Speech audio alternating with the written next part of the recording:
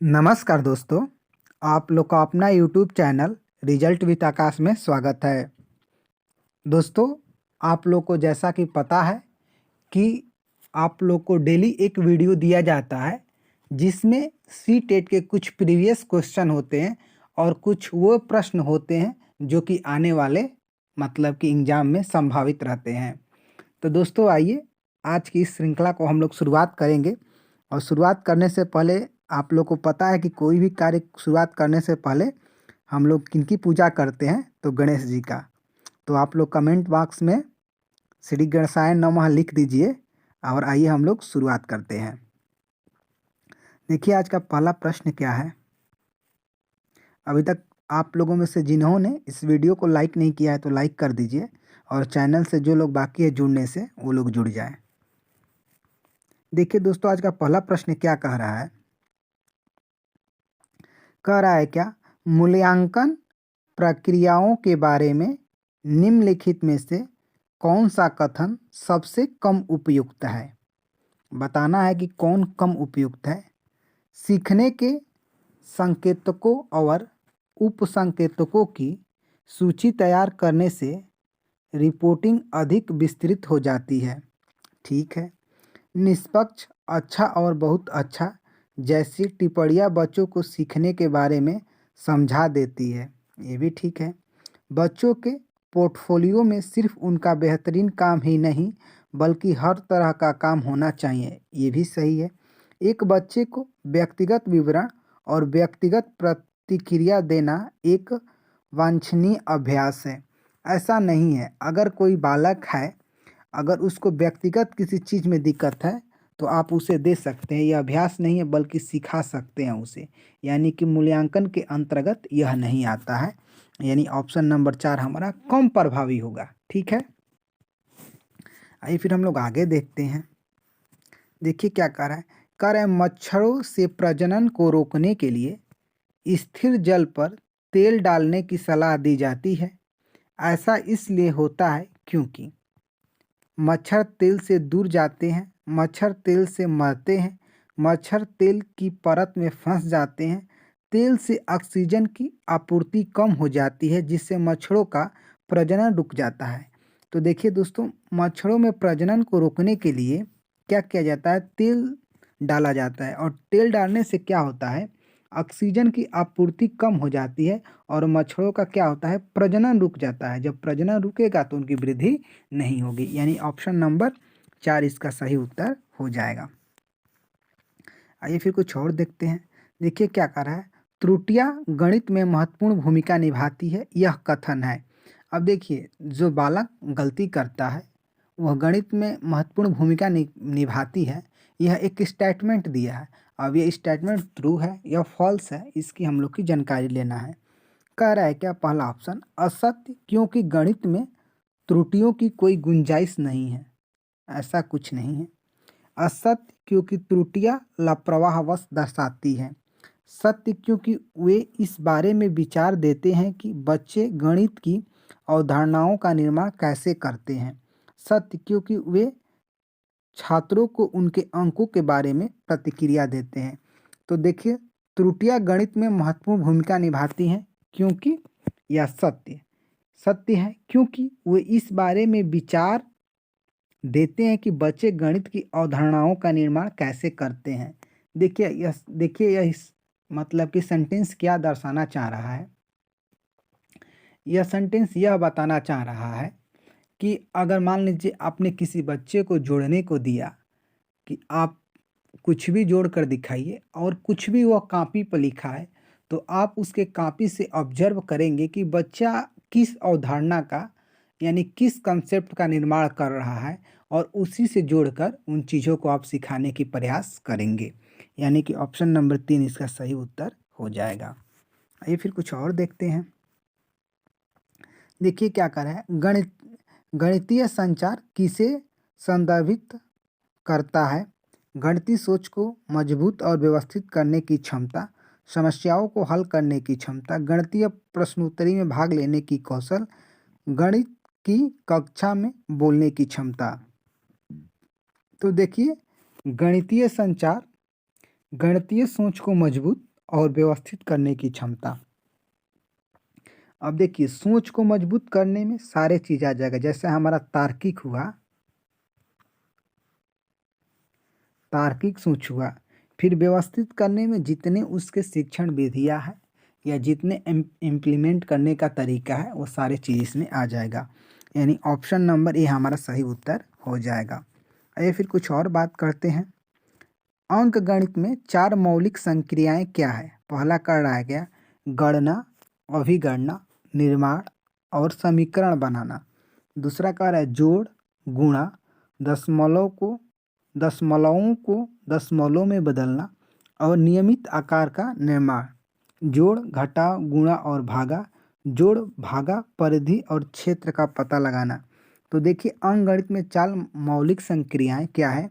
तो जोड़, घटाना, गुणा और भागा, यानी यही 4 मौलिक संक्रियाएं हैं, यानी कि ऑप्शन नंबर 3 हमारा सही उत्तर हो जाएगा। आइए फिर कुछ और देखते हैं। देखिए क्या कह रहा है, निम्नलिखित में से कौन सा संख्या के दशमलव निरूपण को समझने के लिए आवश्यक है? घटाना, स्थानीय मान, गुणा और जोड़ना। तो देखिए दशमलव के लिए अब क्या स्थानीय मान का समझ सबसे ज़रूरी है। यदि स्थानीय मान का समझ हो जाता है तो वह घटाना भी कर लेगा, जोड़ भी कर लेगा, गुणा भी कर लेगा, भागा भी कर लेगा। तो सबसे पहले बच्चे के अंदर स्थानीय मान का समझ विकसित करना चाहिए। आइए फिर कुछ और बात करते हैं। देखिए क्या, अधिगम संवेगों से, मतलब कह रहा है कि अधिगम क्या है? संवेगों से क्षीण संबंध रखता है। अधिगमकर्ता में संवेगों से स्वतंत्र है। अधिगमकर्ता के संवेगों से प्रभावित होता है। अधिगमकर्ता के संवेगों से प्रभावित नहीं होता है। तो देखिए अधिगम क्या होता है? तो अधिगमकर्ता यानी कि लर्नर के संवेग यानी इमोशन से क्या होता है? तो प्रभावित होता है, यानी इफेक्ट डालता है। तो हम लोग ऑप्शन नंबर 3 इसका सही उत्तर हो जाएगा। ये फिर कुछ और देखते हैं। अब देखिए फिर क्या करें, आकलन बच्चों में प्रतिस्पर्धात्मक भावना को सक्रिय रूप से बढ़ावा देता है। अधिगम को सुनिश्चित करने के लिए तनाव और दबाव को उत्पन्न करता है। अधिगम में सुधार का एक तरीका है। बच्चों को लेबल करने, नाम देने और वर्गीकृत करने की अच्छी कार्यनीति है। अब देखिए आकलन क्या है? तो आकलन अधिगम में सुधार का एक तरीका है, न कि वह प्रतिस्पर्धा को बढ़ाता है, न दबाव उत्पन्न करता है, न किसी को लेबल लगाता है। लेबल लगाने का मतलब क्या है कि आप पढ़ने में कमज़ोर हो, आप पढ़ने में तेज हो, या आप फर्स्ट हो, आप सेकंड हो, ऐसा कुछ आकलन का उद्देश्य नहीं होता है, बल्कि वह सीखने की खिड़की के रूप में कार्य करता है, जो कि देखता है कि बच्चे किस जगह से, मतलब कि सीखे कितना है और अभी कितना सीखने की बाकी है। यानी ऑप्शन नंबर 3 हमारा सही उत्तर हो जाएगा। फिर आगे देखिए, व्यक्तियों में एक दूसरे से भिन्नता क्यों होती है? जन्मजात विशेषताओं के कारण, वंशानुक्रम और वातावरण के बीच अन्योन क्रिया के कारण, प्रत्येक व्यक्ति को उसके माता पिता से जीनों का भिन्न समुच्चय प्राप्त होने के कारण, वातावरण के प्रभाव के कारण। तो देखिए व्यक्तियों में एक दूसरे से भिन्नता वंशानुक्रम और वातावरण के बीच अन्योन क्रिया के कारण होता है। अब देखिए कुछ वंशानुक्रम का प्रभाव पड़ जाता है और कुछ वातावरण का प्रभाव पड़ जाता है।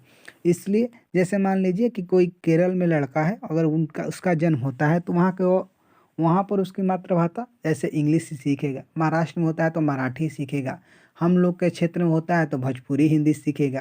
तो ये किसका प्रभाव हो गया? तो ये एटमॉस्फेयर यानी वातावरण का प्रभाव हो गया। तो आइए हम लोग का ऑप्शन नंबर 2 इसका सही उत्तर हो जाएगा।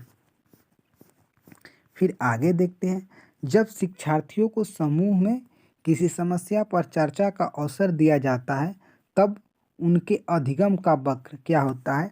स्थिर रहता है, अनवरत रहता है, समान रहता है, बेहतर होता है। तो देखिए जब शिक्षार्थियों को समूह में किसी समस्या पर चर्चा का अवसर दिया जाता है तो उनके अधिगम का वक्र सबसे अच्छा होता है, यानी कि बेहतर होता है, क्योंकि वो अवसर उनके लिए बोलने की कला, समझने की कला, सुनने की कला, सहयोग की भावना, इन सब चीज़ों का विकास करता है। दोस्तों अभी तक हम लोगों ने इतने प्रश्न हल कर लिए हैं और आप लोग अपना बस सपोर्ट दे दीजिए, वीडियो को लाइक कर देते हैं तो पता चल जाता है कि हमारे द्वारा दिया गया कंटेंट आप लोग को कितना पसंद आता है। और इसके लिए आप कमेंट बॉक्स में अपना फीडबैक भी दे सकते हैं। ठीक है दोस्तों, और जैसे ये वीडियो ख़त्म हो जाएगा तो आप सपोर्ट के रूप में इसे शेयर भी कर सकते हैं। तो आइए फिर हम लोग आगे बात करते हैं। देखिए अगला प्रश्न क्या कर रहा है, जटिल परिस्थितियों को संसाधित करने में शिक्षक बच्चों की सहायता कर सकता है। कोई भी सहायता न देकर जिससे बच्चे अपने आप निर्वाह करना सीखे, उस पर एक भाषण देकर, कार्य को छोटे हिस्सों में बांटकर और निर्देशों को लिखकर, प्रतियोगिता को बढ़ावा देकर और सबसे पहले कार्य पूरा करने वाले बच्चे को पुरस्कार देकर। देखिए प्रतियोगिता को बढ़ावा देना और पुरस्कार देना ये भी गलत है, भाषण देना भी गलत है, कोई सहायता न करना भी गलत है। तो आप क्या कर सकते हैं, हम लोग का ऑप्शन एक बचा क्या, 3, यानी क्या, कार्य को छोटे छोटे हिस्सों में बांटकर और निर्देशों को लिखकर, यानी कि ऑप्शन नंबर 3 हमारा सही उत्तर हो जाएगा। आइए फिर कुछ और देखते हैं। कह रहा है क्या, शिक्षक की दृष्टि से प्रतिभाशालिता का संयोजन है उच्च प्रेरणा, उच्च प्रतिबद्धता, उच्च प्रतिभा, उच्च योग्यता, उच्च प्रतिभा, उच्च प्रतिबद्धता, उच्च प्रतिभा, उच्च रचनात्मक, उच्च स्मृति, उच्च क्षमता, उच्च रचनात्मकता, उच्च प्रतिबद्धता। तो देखिए प्रतिभाशालिता क्या है, तो उच्च क्षमता, यानी कि उसके पास क्या होगी, तो उसके पास हाई, मतलब समझ जाइए कि पावर बोले, क्षमता समझ लीजिए। उसके बाद उसके पास रचनात्मक, यानी कि उच्च रचनात्मक, यानी कि वो हमेशा क्या होगा, तो कुछ रचना करने की क्षमता रखता होगा, यानी कुछ नया करने की, यानी कुछ खुद से करने की हर। उसके बाद उच्च प्रतिबद्धता, मतलब जो भी करता होगा उसके प्रति वो हमेशा प्रतिबद्ध रहता होगा। तो हम लोग ऑप्शन नंबर 4 इसका सही उत्तर हो जाएगा। आइए फिर आगे देखते हैं। कह रहा है क्या, शिक्षार्थियों से यह अपेक्षा करना कि वे ज्ञान को उसी रूप में पुनः प्रस्तुत कर देंगे जिस रूप में उन्हें उसे ग्रहण किया है। अब बताइए, आप टीचर हो गए हैं, दोस्तों हो ही जाएंगे, तो आप यह अपने स्टूडेंट से ऐसा कब करेंगे कि पुनः प्रस्तुत करें, जैसा आप बताएं हैं वैसा ही पुनः प्रस्तुत करें। तो यह क्या होगा, यह प्रभावी आकलन युक्ति है, समस्यात्मक है, क्योंकि व्यक्ति अनुभवों की व्याख्या करता है और प्राप्त होने पर ज्ञान का पुनरुत्पादन नहीं करते हैं। अच्छा है, क्योंकि वह सब कुछ वैसा ही संग्रहित करते हैं जैसे हमारे मस्तिष्क में होता है। बिल्कुल गलत बात है। अच्छा है, क्योंकि शिक्षक के लिए आकलन करना आसान है, ये भी गलत बात है। तो देखिए, यदि आप जैसा बताएं वैसा ही स्टूडेंट पेश करता है तो ये बिल्कुल गलत बात है। क्यों?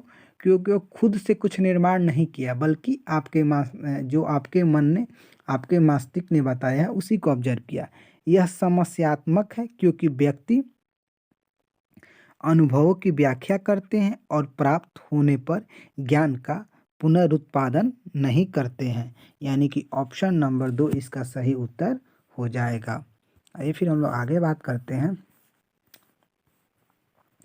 देखिए दोस्तों क्या कह रहा है, नेशनल करिकुलम फ्रेमवर्क यानी एनसीएफ 2005 के अनुसार त्रुटियां क्यों महत्वपूर्ण होती हैं?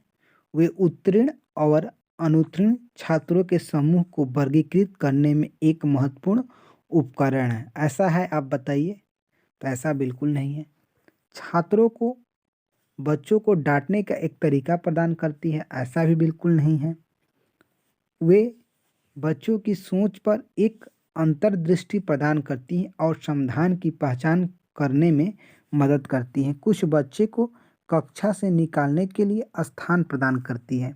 तो देखिए, एनसीएफ यानी नेशनल करिकुलम फ्रेमवर्क 2005 के अनुसार वे बच्चों की सोच को एक अंतर्दृष्टि प्रदान करती है, यानी कि जो गलती करता है बच्चा, वह बच्चे की दृष्टि है कि मतलब बच्चा किस नज़रिए से क्वेश्चन को देख रहा है, लेसन को देख रहा है या टॉपिक को देख रहा है, इसका क्या करती है, तो इसका एक दृष्टि प्रदान कराती है। और समस्या को पहचानने में कि बालक कहाँ से ग्रसित है, क्लियोपर्सन है, इसके लिए क्या करती है, तो इसके लिए मदद करती है, यानी कि ऑप्शन नंबर 3 हमारा सही उत्तर हो जाएगा। आइए फिर कुछ और देखते हैं। कह रहा है क्या, विकास की गति एक व्यक्ति से दूसरे में भिन्न होती है क्योंकि यह एक स्वरूप का अनुमान करती है। अव्यवस्थित, अप्रत्याशित, क्रमबद्ध और व्यवस्थित, पैर से सिर तक। तो देखिए, विकास की गति एक व्यक्ति से दूसरे में भिन्न होती है क्योंकि यह क्रमबद्ध और व्यवस्थित स्वरूप का अनुमान करती है, यानी कि ऑप्शन नंबर 3 इसका सही हो जाएगा। आइए फिर कुछ और बात करते हैं।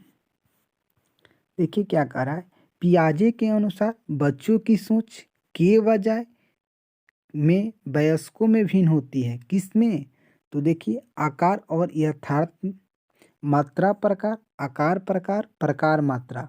तो देखिए पियाजे के अनुसार बच्चों की सोच मात्रा के बजाय प्रकार में भिन्न होती है। यानी क्या, देखिए पियाजे के अनुसार बच्चों की सोच मात्रा के बजाय प्रकार में वयस्कों से भिन्न होती है, यानी कि वयस्कों के पास ज़्यादा होता है और बच्चों के पास नहीं, यानी दोनों की जो सोच है अलग अलग होती है, यानी कि ऑप्शन नंबर 2 सही उत्तर हो जाएगा। और दोस्तों, यह प्रश्न बार बार पूछा जाता है, तो इसको आप लोग अपने दिमाग में बैठा लीजिए। ये तो नहीं बोलेंगे कि याद कर लीजिए, बल्कि बैठा लीजिए और समझ लीजिए, ठीक है। आइए फिर कुछ और बात करते हैं। देखिए क्या कह रहा है, सही शब्द उपयुक्त विकल्प का चयन करके निम्नलिखित प्रश्नों का उत्तर दीजिए। प्राथमिक स्तर पर गणित की पाठ्य पुस्तकों की सबसे महत्वपूर्ण विशेषता निम्नलिखित में से कौन सी होनी चाहिए। अब देखिए क्या होना चाहिए, संकल्पनाओं को उच्च कक्षाओं से जोड़ा जाना चाहिए, संकल्पनाओं को जटिल से सरल तक प्रस्तुत किया जाना चाहिए, संकल्पनाओं को एक सख्त श्रेणी तरीके से प्रस्तुत किया जाना चाहिए, संकल्पनाओं को मूर्त से अमूर्त तक प्रस्तुत किया जाना चाहिए। अब देखिए क्या कर रहा है, फर्स्ट लेवल की बात कर रहा है, यानी प्राथमिक स्तर पर बात कर रहा है। तो प्राथमिक स्तर पर आप कुछ भी प्रस्तुत करिए तो किस में, पहले आप उसे मूर्त फॉर्म में प्रस्तुत करिए, उसके बाद अमूर्त। क्यों, क्योंकि देखिए जिन पियाजे ने भी अपना जो सिद्धांत दिया उसमें पहले मूर्त को फिर अमूर्त को, यानी कि आप चीज़ों को पहले स्पष्ट और प्रत्यक्ष दिखाइए, फिर उसको हटाकर तब आप उस पर बच्चे को समझाइए, तब बच्चा अच्छा समझेगा, यानी कि ऑप्शन नंबर 4 हमारा सही उत्तर हो जाएगा। आइए फिर बात करते हैं, निम्नलिखित में से कौन सा व्यवहार बच्चों की अधिगम अक्षमता की पहचान करता है। अपमानजनक व्यवहार, अब देखिए लर्निंग डिसऑर्डर को पहचानना है, ठीक है। तो कह रहा अपमानजनक व्यवहार, बी को डी, वास को सा, 21 को 12 लिखना, कम अवधान विस्तार और उच्च शारीरिक गतिविधि, मनोभाव का जल्दी जल्दी बदलना। तो देखिए अधिगम अक्षमता यानी लर्निंग डिसऑर्डर क्या है, तो यह है बी को डी, यानी कि वास को सा और 21 को 12 लिखना। तो हम लोग ऑप्शन नंबर 2 इसका सही उत्तर हो जाएगा। या फिर हम लोग कुछ और बात करते हैं। बुद्धि है, अब क्या है यह सोचिए। एक अकेला और जातीय विचार, दूसरे के अनुकरण करने की योग्यता, एक विशिष्ट योग्यता, सामर्थ्यों का एक समुच्चय। तो देखिए बुद्धि क्या है, तो सामर्थ्यों की एक समुच्चय है, यानी कि ऑप्शन नंबर 4 हमारा सही उत्तर हो जाएगा।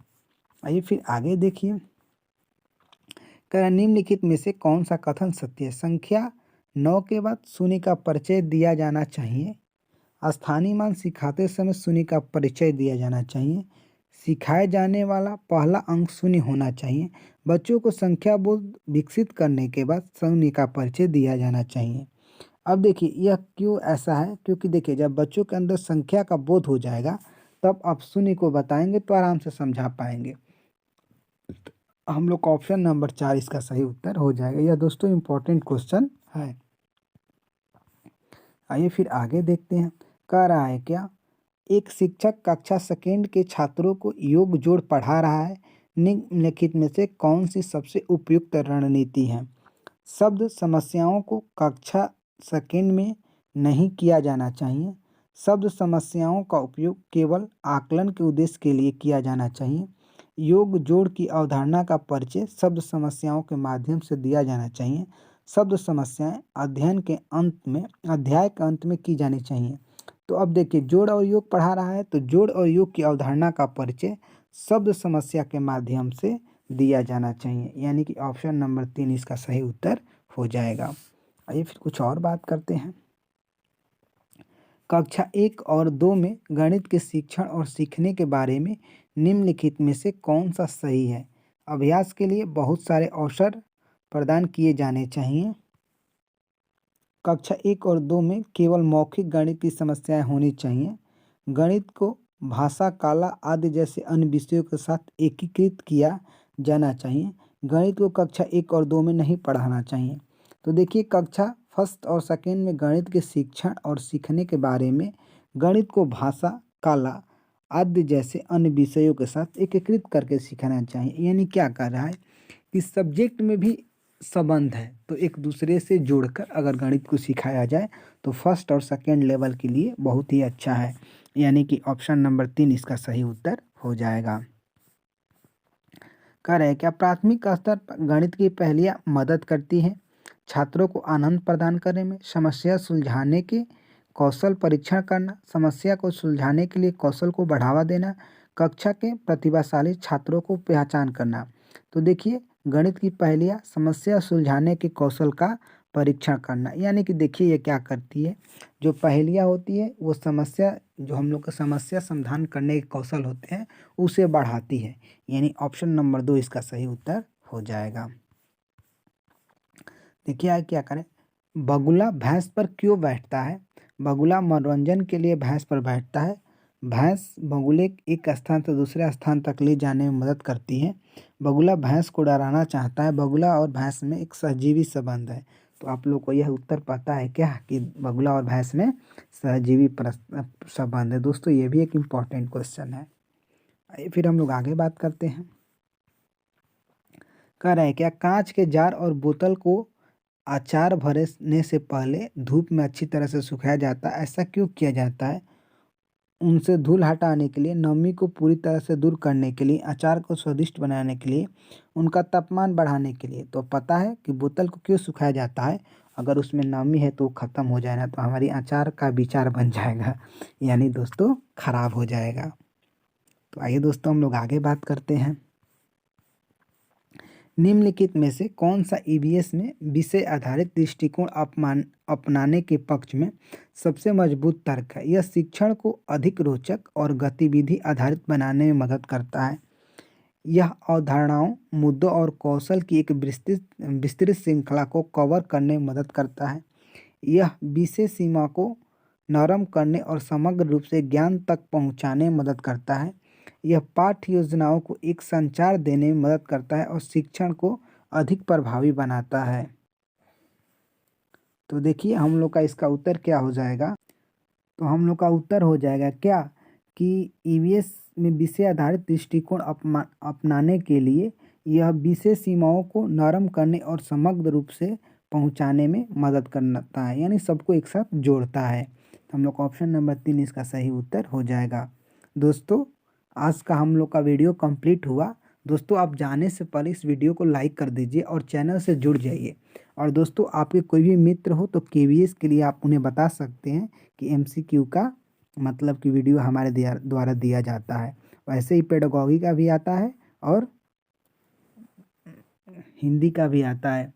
तो दोस्तों हम लोग मिलेंगे अपने अगले क्लास के साथ। तब तक दोस्तों आप लोग हंसते रहिए, मुस्कुराते रहिए और ज़्यादा मतलब कि लोड नहीं लेना है। पेपर में बस धैर्यता बनाए रखना है और क्वेश्चन को यानी प्रश्न को आराम से पढ़ना है। आराम से पढ़ने का मतलब कि शब्दों को ध्यान में रख दोस्तों आप अपना ध्यान रखिए।